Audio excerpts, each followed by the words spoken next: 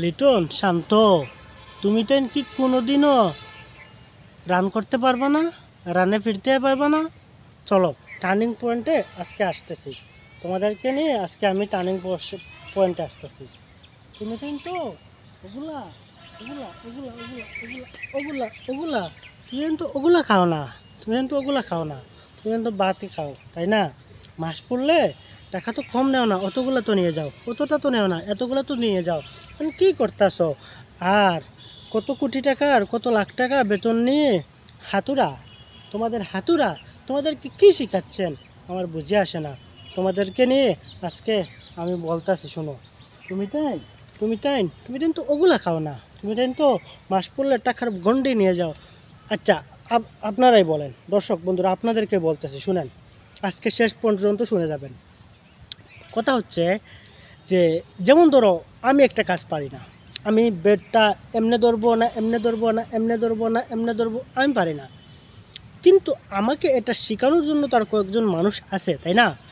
ওই মানুষগুলা কি করে? আমার প্রশ্নটা হচ্ছে, ওরা কি করে? শুনো, আমি যখন খেলতে নামার আগে প্র্যাকটিস করলাম। প্র্যাকটিসের সময় আমার দুর্বলতা যেটা, আমার কোচ আছে, আমার এই আছে, সেই আছে, এরা তো দেখতেছে। ওরা কি আমাকে শেখাইতে পারে নাই? মানলাম ওরা শেখাইতে পারে নাই। ওরা যদি শেখাইতে না পারে, তাহলে ওদেরকে রাখার কি দরকার? তাদেরকে ওরা কেন মাস পড়লে 30 কোটি টাকা, 30 লক্ষ টাকা নিয়ে যায়?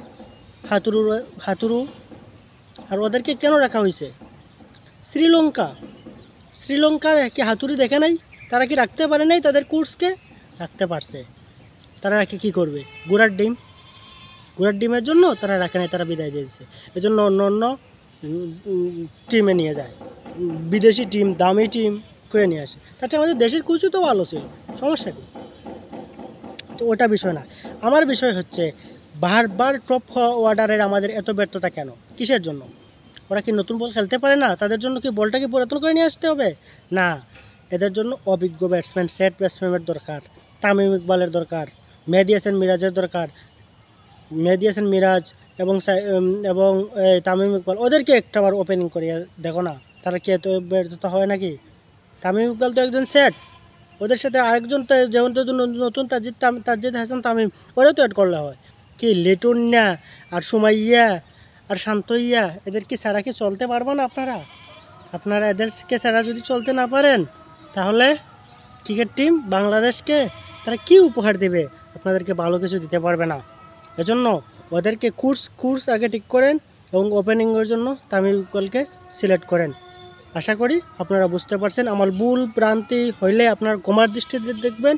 প্লিজ কেউ মনে কিছু নিয়েন না, উল্টাপাল্টা কিছু বললেন না। আমার ভুল ভ্রান্তি হইলে ক্ষমার দৃষ্টিতে দেখবেন। Thank you for watching.